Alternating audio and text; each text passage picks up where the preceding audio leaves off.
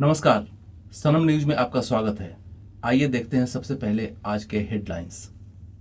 बिहार में कोरोना मरीजों की संख्या 6000 के पार। मुजफ्फरपुर के मुशहरी में मिला एक नया मरीज। भारत नेपाल बॉर्डर पर नेपाल पुलिस की अंधाधुंध फायरिंग, 4 भारतीयों को लगी गोली, एक की मौत। बिहार बोर्ड इंटर की कॉपियों पर आज से शुरू होगा स्क्रूटनी का काम। मुजफ्फरपुर नगर निगम में घोटाला, मेयर समेत 10 के खिलाफ एफआईआर। मुजफ्फरपुर में 7 करोड़ की लागत से बहुमंजिला शिक्षा भवन का होगा निर्माण। बिहार में अगले 48 घंटों में मानसून देगा दस्तक। और अब सैनिटाइज होकर बिक रही हैं मुजफ्फरपुर की लहठियां। अब खबरें विस्तार से।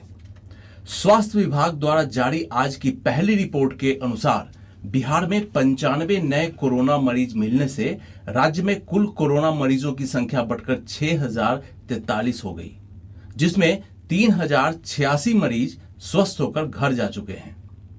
2828 का इलाज चल रहा है और 36 लोगों की कोरोना के कारण अभी तक मौत हो चुकी है। वहीं मुजफ्फरपुर के मुशहरी में एक कोरोना संक्रमित के मिलने से जिले की कुल मरीजों की संख्या 123 हो गई, जिनमें अब तक 76 मरीज स्वस्थ हो चुके हैं और एक व्यक्ति की मौत भी हो चुकी है। इस वक्त सीतामढ़ी से एक बड़ी खबर आ रही है। सीतामढ़ी के सोनबरसा इलाके के जानकी नगर गांव में भारत नेपाल सीमा पर नेपाल की पुलिस ने जबरदस्त फायरिंग की है। फायरिंग की इस घटना में जहां 4 भारतीयों को गोली लगी है, वहीं एक शख्स की मौत भी हो गई है। भारत और नेपाल के बीच सीमा को लेकर विवाद चल रहा है। नेपाली संसद ने इसको लेकर एक प्रस्ताव भी पारित किया था, जिसमें भारत के कई सीमावर्ती हिस्सों को नेपाल का हिस्सा बताया गया है। इसको लेकर दोनों देशों के बीच तनाव है। मौके पर जिला प्रशासन के कई वरीय अधिकारी रवाना हो चुके हैं। दोनों देशों के बीच फिलहाल नए नक्शे को लेकर तनातनी चल रही है। सारा मामला नेपाल के नए नक्शे को लेकर है। इस नए नक्शे में नेपाल ने कुल 395 वर्ग किलोमीटर के इलाके को अपने हिस्से के रूप में दिखाया है। नेपाल ने अपने हिस्से में कालापानी के 60 वर्ग किलोमीटर तथा लिम्पियाधुरा के 395 वर्ग किलोमीटर पर अपना दावा जताया है। नेपाल की कैबिनेट की एक बैठक में इस मैप को मंजूरी दी गई है। बिहार बोर्ड इंटर की कॉपियों पर आज से शुरू करेगा स्क्रूटनी का काम। बोर्ड के परीक्षा नियंत्रक ने सभी जिलों के मूल्यांकन केंद्र निदेशक को पत्र लिखकर कहा है कि कॉपियों की स्क्रूटनी का काम 12 जून से 18 जून के बीच पूरा कर 20 जून तक रिपोर्ट पटना भेजें। बिहार विद्यालय परीक्षा समिति ने बिहार बोर्ड इंटर स्क्रूटनी 2020 के लिए ऑनलाइन आवेदन करने की तिथि मई में ही जारी कर दी थी। बिहार बोर्ड 12वीं परीक्षा स्क्रूटनी 2020 के लिए छात्र 8 मई से ऑनलाइन आवेदन कर सकते थे, क्योंकि बिहार स्कूल एग्जामिनेशन बोर्ड ने 24 मार्च को लॉकडाउन के दौरान इंटरमीडिएट का परिणाम घोषित कर दिया था। मुजफ्फरपुर नगर निगम में घरों से कचरा उठाने के लिए खरीदी गई ऑटो ट्रिपर वाहनों की खरीद में भारी गड़बड़ी पकड़ी गई है। निगरानी की शुरुआती जांच में जनप्रतिनिधि, अभियंता और अधिकारियों की मिलीभगत सामने आई है। करीब 4 करोड़ रुपए की लागत से साल 2017 में खरीदी गई ट्रिपर वाहन की खरीद में नियमों को ताक पर रखकर सरकारी पैसों का बंदरबाट किया गया था, जबकि खरीदे गए वाहन पिछले 2.5 सालों से जंग खाकर कबाड़ में बदल रहे हैं। 16 अगस्त 2017 को निगम की बैठक में 50 वाहनों की खरीद का प्रस्ताव पास किया गया था। निगरानी द्वारा की गई शुरुआती जांच में पाया गया है कि जनप्रतिनिधि, अभियंताओं और अधिकारियों के घालमेल से निगम के पैसे को लूटा गया।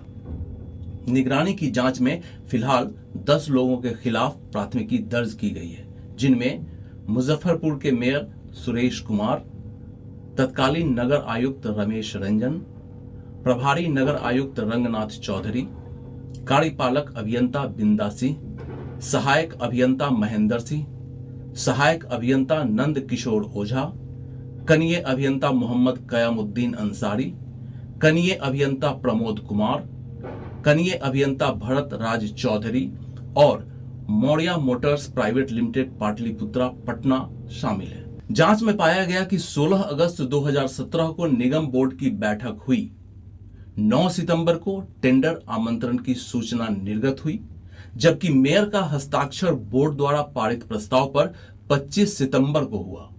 इसके साथ ही निगरानी जांच में यह भी पाया गया कि 7,70,000 की बोली लगाने वाली पटना की मौर्या मोटर्स प्राइवेट लिमिटेड से 50 वाहनों की खरीद कर ली गई, जबकि 4,000 कम पर टेंडर वाली तिरहुत ऑटोमोबाइल कंपनी को टेंडर नहीं दिया गया।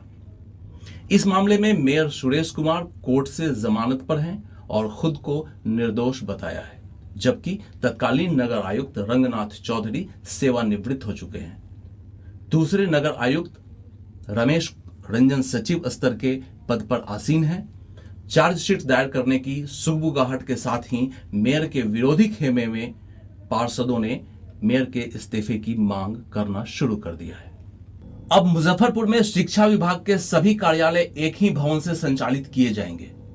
यह एक 6 मंजिला इमारत होगी, जिसके निर्माण पर 6,97,70,000 रुपए खर्च किए जाएंगे। इससे अधिकारियों, शिक्षकों और विद्यार्थियों को अलग अलग भटकना नहीं होगा। इस इमारत में जिला शिक्षा पदाधिकारी का कक्ष, विभिन्न कर्मचारियों का सम्मेलन कक्ष, अतिथि कक्ष, विनोद कक्ष, पुस्तकालय, क्रीड़ा भवन, गार्ड का आवास, शौचालय, जनरेटर कक्ष, MIS कक्ष, कैफेटेरिया, पार्किंग इत्यादि की भी सुविधा होगी। जिले में अभी स्थापना कार्यालय जिला पार्षद के बगल में, समग्र शिक्षा का कार्यालय कलेक्ट्रेट के पास, मध्याह्न भोजन योजना का कार्यालय गोबरसही चौक के पास और जिला शिक्षा पदाधिकारी और लेखा योजना का कार्यालय संयुक्त भवन में चल रहा है। अभी एक सनसनीखेज खबर पाड़ू से आ रही है, जहां एक साथ मिले हैं कोरोना के 8 मरीज। जी हां, कोरोना के 8 मरीज मिले हैं पाड़ू में। खबर यह भी है कि वो 8 दिल्ली से लौटकर आए थे और कुछ दिनों पहले प्रशासन ने उन 8 को कोरोना निगेटिव का सर्टिफिकेट जारी किया था और कुछ दिनों से वो 8 कोरोना निगेटिव का सर्टिफिकेट लेने के बाद अपने गांव में सामान्य लोगों की तरह रह रहे थे। इस खबर के आने के बाद स्वास्थ्य विभाग और पूरे प्रशासन में सनसनी फैल गई है। अगले 48 घंटों में मानसून के बिहार में प्रवेश करने की पूरी उम्मीद है। मानसून के अनुकूल परिस्थितियां लगातार तैयार हो रही हैं और उम्मीद है कि इस बार समय से मानसून बिहार में प्रवेश करेगा। पिछले 24 घंटों में बंगाल की खाड़ी क्षेत्र और बिहार के कई भागों में पछुआ हवा की रफ्तार में तेजी आई है, जिसे मानसून के लिए अनुकूल माना जा रहा है।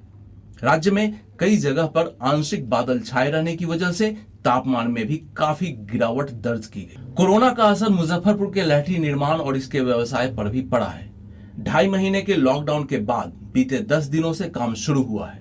लहठी से कोरोना संक्रमण फैलने का खतरा न हो, इसके लिए व्यवसायी से लेकर कारीगर तक सतर्क हैं। लहठियों को सैनिटाइज कर बेचा जा रहा है। निर्माण के दौरान कारीगर शारीरिक दूरी का पालन करने के साथ मास्क भी लगाए रहते हैं।